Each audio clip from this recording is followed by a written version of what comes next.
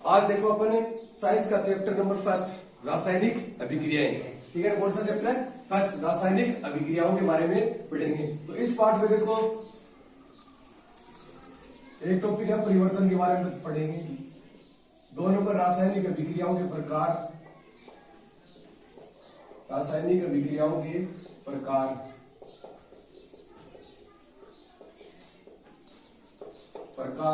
और एक होता है विकृत गंधिता,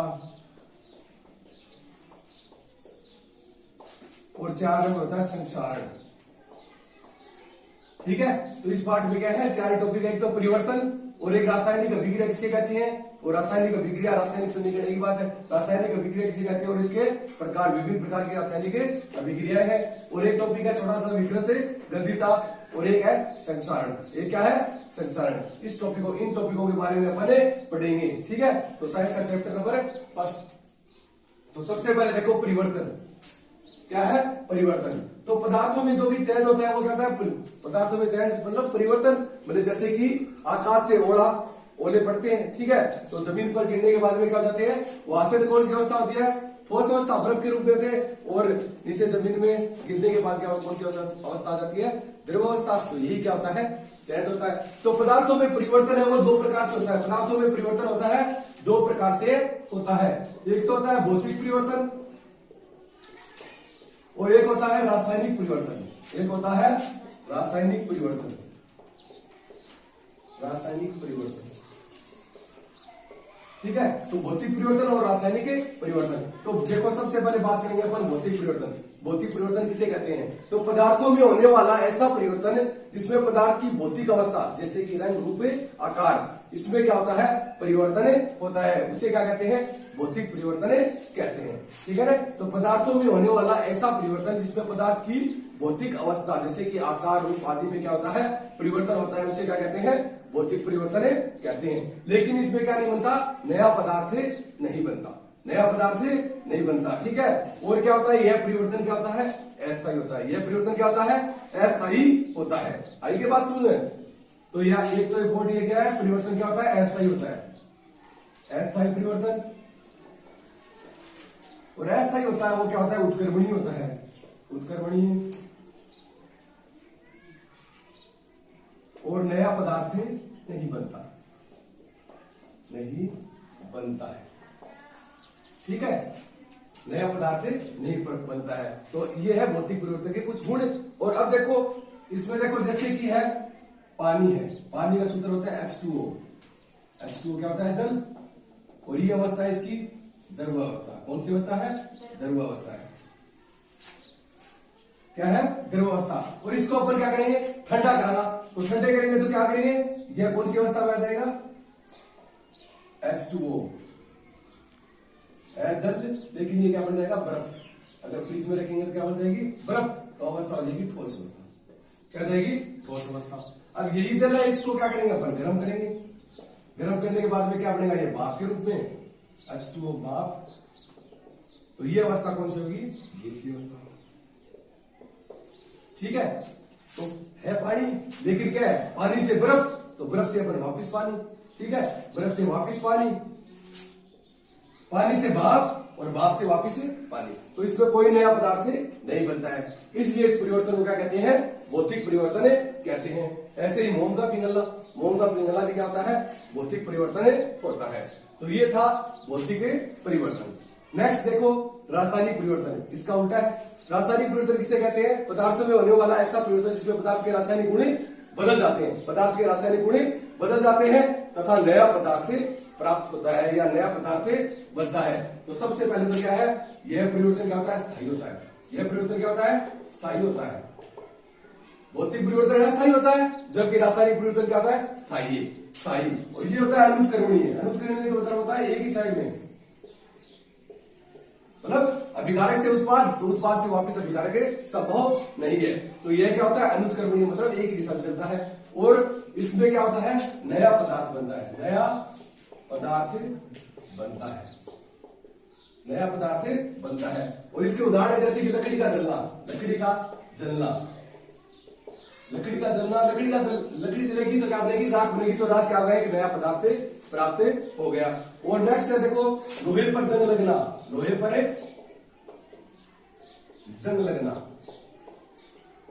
तो लोहे पर जंग लगा तो लोहे पर नया पदार्थ क्या बन गया, जंग। तो नया पदार्थ क्या आ गया, जंग। लोहे पर जंग लगना। और मोमबत्ती का जलना, मोमबत्ती का जलना। तो मोमबत्ती जलेगी तो क्या बनेगी, राख बनेगी। तो ये क्या आ गया, रासायनिक परिवर्तन। तो ये थे क्या, दो परिवर्तन, भौतिक परिवर्तन और रासायनिक परिवर्तन। भौतिक परिवर्तन क्या होता है, पदार्थ की भौतिक अवस्था जैसे कि रूप, आकार, रंग में क्या होता है, परिवर्तन होता है, लेकिन नया पदार्थ नहीं प्राप्त होता है। और ये क्या होता है, अस्थायी होता है। और ये क्या होता है, उत्क्रमणी होता है, दोनों दिशाओं में चलता है, ठीक है। और इसमें नया पदार्थ नहीं बनता, जैसे कि पानी, पानी से क्या हो गया बर्फ, और बर्फ से वापिस पानी, ठीक है। और पानी से क्या है, भाप, भाप से वापिस पानी प्राप्त कर सकते हैं। तो इस प्रकार का परिवर्तन क्या होता है, अस्थायी होता है। रासायनिक परिवर्तन किसे कहते हैं, कि पदार्थों में होने वाला ऐसा परिवर्तन जिसमें पदार्थ के क्या होते हैं, रासायनिक गुण बदल जाते हैं तथा नया पदार्थ बनता है, नया पदार्थ बनता है। यह परिवर्तन क्या होता है, स्थायी होता है। और यह परिवर्तन क्या होता है, अनुत्क्रमणीय होता है। और इसके उदाहरण होते हैं लकड़ी का जलना, लोहे पर जंग लगना और मोमबत्ती का जलना। ये है परिवर्तन। नेक्स्ट देखो, परिवर्तन के बाद रासायनिक अभिक्रिया किसे कहते हैं, रासायनिक अभिक्रिया।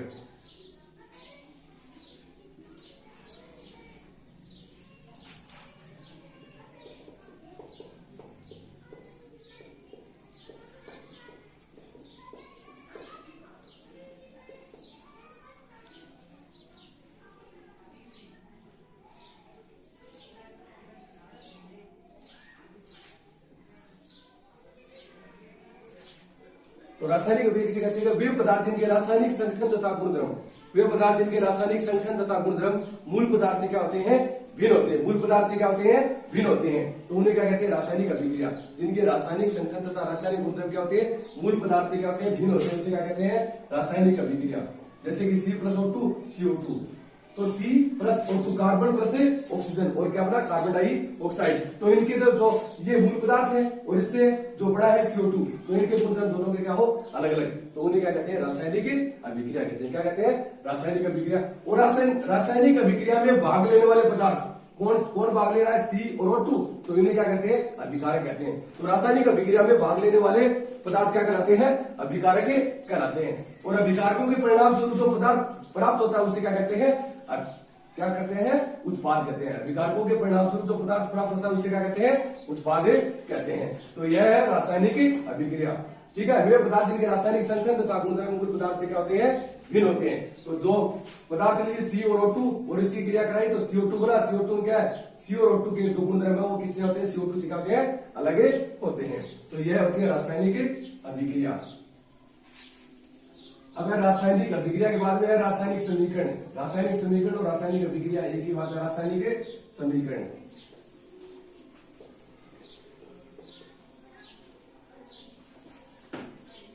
तो रासायनिक समीकरण, रासायनिक अभिक्रिया में रासायनिक समीकरण को प्रतीकों और अणु सूत्रों में व्यक्त करना क्या कहलाता है, रासायनिक समीकरण कहलाता है। जिसको क्या करते हैं, प्रतीकों और अणु सूत्रों में व्यक्त करना क्या कहलाता है, रासायनिक समीकरण कहलाता है। किसी भी रासायनिक अभिक्रिया में जो किसी भी सूत्र को क्या है, प्रतीक और अणु सूत्रों में व्यक्त करना क्या कहलाता है, रासायनिक समीकरण कहलाता है। तो ये इस रासायनिक समीकरण C+O2, तो क्या बन गया, CO2, 2Mg plus O2, 2MaGO, 2MaGO, ठीक है। तो यही क्या होती है, रासायनिक समीकरण, ठीक है, रासायनिक समीकरण।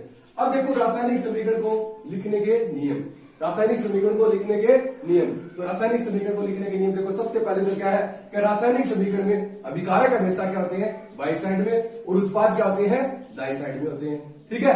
अगर किसी रासायनिक समीकरण में दो अभिकारक हैं तो इन दो अभिकारकों के बीच में क्या होते हैं, प्लस का चिन्ह लगाते हैं। और रासायनिक अभिक्रिया में अगर दो या दो से अधिक उत्पाद हैं तो उन उत्पादों के बीच में भी क्या करते हैं, प्लस का चिन्ह लगाते हैं। और किसी भी रासायनिक अभिक्रिया में, रासायनिक समीकरण में अभिकारकों का द्रव्यमान है वो उत्पादों के द्रव्यमान के क्या होता है, बराबर होता है। न तो द्रव्यमान उत्पन्न किया जा सकता है और न ही द्रव्यमान का विनाश किया जा सकता है, ठीक है। तो जितना अभिकारकों का द्रव्यमान है उतना क्या वो उत्पादों का द्रव्यमान होता है। और किसी भी रासायनिक अभिक्रिया में क्या होता है, जो तीर का चिन्ह है वो उत्पाद की, जो तीर की नोक है वो उत्पाद को बताती है, तीर की नोक है वो आगे क्या है, उत्पाद, CO2 क्या है, उत्पाद को बताती है। और ये है रासायनिक समीकरण के लिखने के नियम।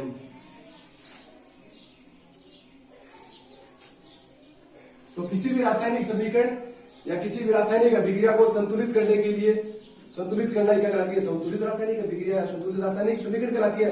मतलब किसी भी रासायनिक अभिक्रिया को संतुलित करना या संतुलित करने की प्रक्रिया क्या कहलाती है? रासायनिक समीकरण। संतुलित रासायनिक समीकरण या रासायनिक अभिक्रिया, संतुलित रासायनिक अभिक्रिया जिससे क्या कहते हैं? हीट एंड ट्रायल विधि भी कहते हैं। क्या कहते हैं? हीट एंड ट्रायल विधि भी कहते हैं। जैसे कि देखो समीकरण को संतुलित कैसे करेंगे? Mg प्लस O2 तो 2MgO, Mg प्लस O2 तो क्या होगा? 2MgO। तो इस समीकरण को देखो संतुलित अपन किस प्रकार से करेंगे? देखो ऑक्सीजन कितने हैं? 2, तो यहाँ पे ऑक्सीजन कितने हैं? 2। यहाँ पर देखो मैग्नीशियम कितना है? 1, और यहाँ मैग्नीशियम कितने हैं? 2। तो यह समीकरण क्या नहीं है? संतुलित नहीं है। तो इस समीकरण को संतुलित करने के लिए अपन क्या करेंगे? Mg को 2 से मल्टीप्लाई करेंगे। Mg को 2 से मल्टीप्लाई करेंगे तो यह समीकरण क्या होगी? संतुलित हो जाएगी। समीकरण क्या हो जाएगी? संतुलित हो जाएगी। तो 2Mg प्लस O2 क्या होगा? 2MaGO।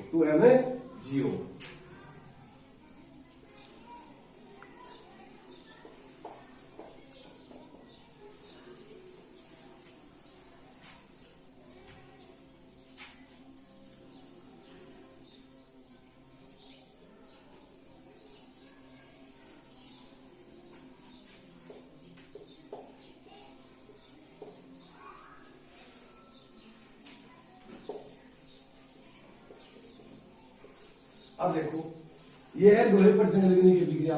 तो लोहे पर जंग लगने, अब देखो इस रासायनिक अभिक्रिया को क्या करेंगे? अपने संतुलित करेंगे। तो देखो संतुलित करेंगे तो देखो यहाँ पर Fe कितने हैं? 2 दूनी 4।